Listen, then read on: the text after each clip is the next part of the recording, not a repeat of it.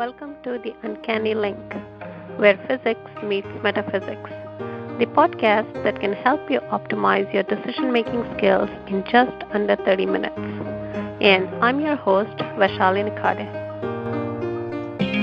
Hello, everybody. This is Vaishali, and today's episode is all about clairaudience.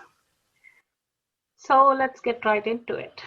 Clairaudience consists of two words, clair and audience. So clair is clear, and audience is hearing or the act of hearing. It's derived from audio. So there's two types of sound. One is the sound which is used in a normal sense, or the range of frequencies which people speak and hear.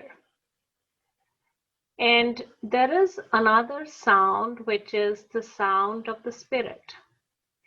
And clairaudience refers to the sound of the spirit. So it's just like a soft whisper.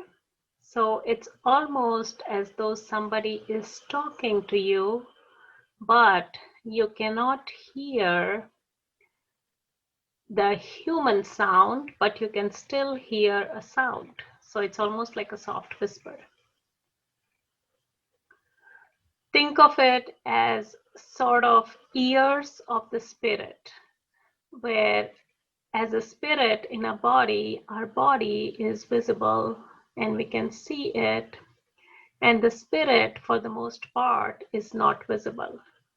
So there is exceptions to it if you're looking at it through the sixth sense, or you have the ability to look at certain spirits or look at a spirit, then of course the spirit will be visible, but for most normal cases it is not visible, at least not to the naked eye.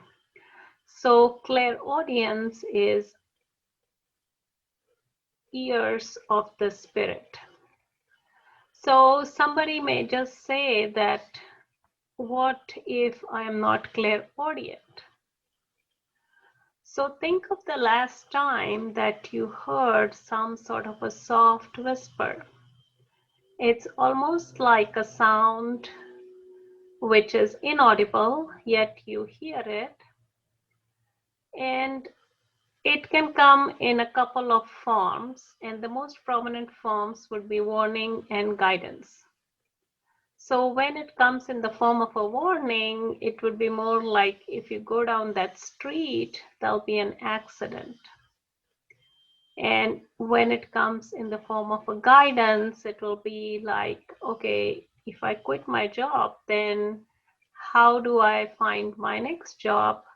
So the clairaudience, or the sense of clairaudience rather, will give you the suggestion of what is the next step to take in terms of finding the job or the next job or whatever work you are seeking. So if you have not noticed it, then you may want to take notice of it moving forward. As far as the spirit muscles are concerned, the more you exercise the spirit muscles, the more refined they will get, and the more you'll be able to take notice. So initially, you may just miss it, or you may sort of hear it but discard it. And then later on down the road, when an event happens, that's when you realize that, oh, that's what the voice was trying to tell me. And I'll just take the case of the accident, which is maybe you heard a soft sound stating that don't go down that street, there'll be an accident. And then you went down that street anyway, and you saw the accident with your eyes. So that's when it may strike you that, oh, this is what the voice was trying to tell me. So that's really what clairaudience is. It's like a soft whisper which is trying to guide you or give you information which you may not have awareness of at a body level. And just like anything else, when or as you exercise these muscles, your awareness will increase. So just like all of us have different body senses, we also have spirit senses, and I covered it in one of the episodes, which is called The Five Senses Are Not Enough. And if you haven't heard that episode, you can go back and listen to it, where I discuss the senses of the body and the senses of the spirit. In addition to that, there is an additional piece of information, and this pertains to the predominant sense. So the predominant sense is the sense which is giving you either the most information or which you can most relate to or absorb most of the information from. For instance, if we go back to the example of the car accident, if somebody has a predominant sense of vision, then they will describe what they saw. They will say that, oh, I saw those two cars and one of them was making a turn and the other one just came and hit it.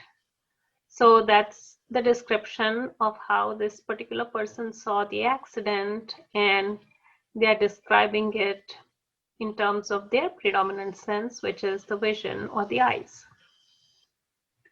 Another person may have ears or hearing as their dominant sense, and what they will do is they'll describe the same accident differently.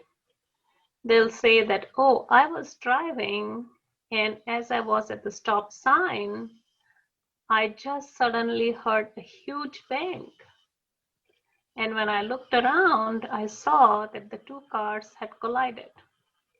So it's the same accident, they're just describing it in a different manner. So just as you have dominant senses of the body, you also have dominant senses of the spirit. And in the last episode, I covered clairvoyance and how clairvoyance works as far as the spirit is concerned. I believe it was the last couple of episodes. So someone may not have their clairvoyance trigger as much as their clairaudience. And why do I bring this up? Because clairaudience happens to be one of my strongest sense. So a lot of the information that I get it through clairaudience first, and clairvoyance may strike later. And going back to the example of the accident, it is not that the guy who saw the accident did not hear the sound. It's just that he saw it first and then he heard the sound. And in a similar manner, the guy who heard the sound also saw the accident, but he heard the sound first and then he saw it.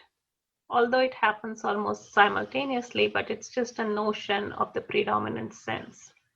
So depending on whom you talk to, they will report different things as to what they saw in an accident. And essentially, they are sort of conveying information on whatever their predominant sense is. So what is the way to find your predominant sense or predominant clair? Or if clairvoyance is one of your predominant clair or clairaudience is. At this point, I'm just going to take these two senses because these are the only topics I have covered so far. So the best way to do that is to look at turning points in your life when you have made huge changes or huge shifts. And when you have turning points in your life, it's almost always that you've used one of your clairs. So if you've used clairvoyance, going back to the job example, you may see information in front of your sixth chakra or sixth sense, giving you a vision of what you need to do in terms of looking for your next job. Whereas if clairaudience is one of your strongest sense, then you may just hear a soft whisper. as though it is answering your question of what you need to do in terms of looking for your next job, which means that you'll hear a voice that, oh, before you quit this job, why don't you go and interview at company ABC? Or if you have a couple of offers and you like one offer in particular, you may hear a sound. Oh, if you negotiate it, maybe you can get 10% more in terms of a salary or a bonus. So this is how the senses of the spirit work. Mainly, it is ruled by the fifth chakra, which is also the throat chakra. And the fifth chakra has one more ability. And this ability is telepathy or spirit-to-spirit communication. So there's a difference between getting a message from the spirit or the universe and spirit-to-spirit communication. So what exactly is spirit-to-spirit communication? So we are all a spirit in a body. And whenever we communicate with anyone, we are communicating at a body level. When I'm speaking to you and you're listening, I'm communicating to you at a body level and you're listening at a body level. Sort of, not exactly. There's also the spirit involved. But when we are looking at spirit-to-spirit communication, it is almost as though two spirits or two people who have physical bodies. I'm going to limit it to the example where people have physical bodies. So two people or two spirits with bodies, they can talk to each other without exchanging physical words, without the involvement of physical sound, which means that even though the conversation happens, it does not happen at an audible frequency or in a way that the human ear can hear. At the same time, you're still transmitting the message. That's why it is spirit-to-spirit communication, which is transmitting message from one spirit to another without using our physical sound. So how do you do that? So I'm going to walk you through a small example of how you can use or test maybe an experiment and do a spirit-to-spirit communication. So the eyes are the windows to the soul, or it has been said that the eyes are the windows to the soul, which means that whenever you look into anyone's eyes, you can connect with their soul. So if you've ever heard, like, sometimes people say that it's love at first sight. I looked at him or I looked at her and I knew that he or she was the one. So when you look into their eyes, you are essentially looking into their soul.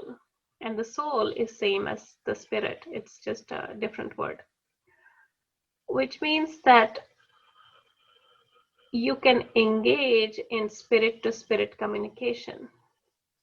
And as I mentioned earlier, that spirit-to-spirit communication does not involve exchange of any physical sound, which means that you are talking to the person, yet you are not talking to them. Or you can essentially figure out what the other person is thinking. That's just another way to put it.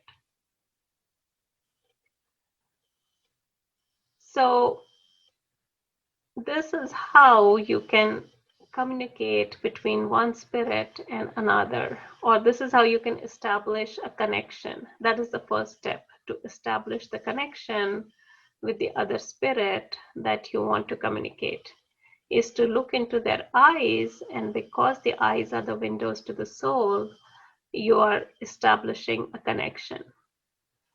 And then the second time, or the second part of it rather, would be to just do your communication as though you are talking to them in a normal manner, except that you're talking in your mind or in your head, and you're not uttering the physical sound. So it's almost like you're saying something in your mind and they can hear it, which is they can hear your thought or they can hear what you're trying to tell them.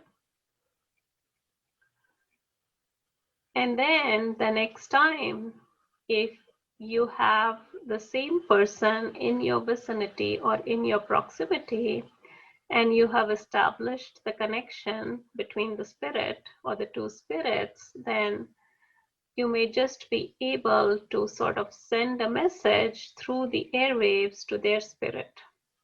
I know the concept is a little exotic, but you have to kind of play with it and experiment it, and you'll kind of understand how it works. That's really the best way to be able to do it.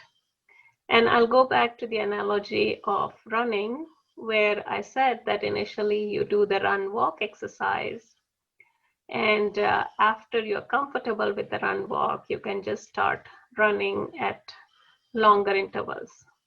So in this case, in the beginning, you use the spirit and the body for the connection or the communication. And the way you do that is you look into their eyes and you establish the connection. And then you can speak to them at a spirit level to convey the message. So once you've established the connection, then you can just do spirit to spirit with or without establishing a connection with the eyes, because you already have that connection between the two spirits. So think of it almost as sending a message over text, but there is no cell phones involved, and the other person can actually understand the message that you're trying to convey. So coming back to the big question, which is how does this relate to decision making, and how can entrepreneurs use this to make a decision? So I'll take a couple of examples. One is whenever you have a big decision or an important decision come up, do you hear any voice or do you hear any soft whisper stating that, hey, do it this way because it will get you to your destination faster? Or that if you do it this way, maybe it's going to take longer or things are going to fall apart. So let me take a specific example. Let's say that you are in a board meeting, and the meeting has to be such that more than 50% of the people have to agree for a vote to be passed or for a point to get approved. And let's say that the votes are tied in. So it's 50% on one side and 50% on the other side. And let's say that you hold the tiebreaker vote. And for lack of a better analogy, let's say that you have another colleague or board member and you guys have a bigger stake in the company and you've decided to vote one way or the other. So what you could do is just look at the colleague or the board member, and just by looking at them, you're establishing a connection between your spirit and their spirit. And then you can just ask them without speaking the words, hey, which way do you think the company will be more successful? Or which way did you vote? And then the other person, since they're connected to you, they will give you their answer that I'm going to vote a yes or I'm going to vote a no without speaking the physical words. So this way you can establish communication with the other spirit without the human sound being involved. So I know it sounds a little exotic, but trust me, it works. So you have to play and experiment with it, and you'll kind of get the hang of it. And it may or may not work the first time. So give it at least a couple of tries. I would say give it between 3 to 5 tries and see what happens. I'm sure you'll have some level of success. I cannot predict the exact level of success, but I'm sure you'll have some level of success. So it's just reinforcing a message. So in this particular example, it is being used to reinforce a message, which is, should I vote yes or should I vote no? And just like anything else, it's going to get better with practice. So as homework or exercise, I would like you to do a couple of things. The first one is to look at significant turning points in your life. And they have to be significant in the sense that you could consider them as major markers or major milestones. It could be when you quit a job, when you got a new job, when you got fired, when you got laid off. And just go back to that particular instance. For example, let's just say we take the example of a layoff. Go back to that particular instance of that particular day, and even before you went to work, did you have any sort of communication in terms of clairaudience? Like maybe you were getting dressed, you were getting ready, and you were looking at yourself in the mirror and you heard a sound that, what if they tell me today that, this is it, the company is laying everyone off and you are one of them? So this is just one example, but you could take other significant turning points in your life and go back and look. Did you get a warning message that something was going to happen? And it indeed actually happened. So it could be a layoff, it could be an accident, it could be making or not making investment in a particular stock, it could be taking a trip. Any of these would be significant decisions.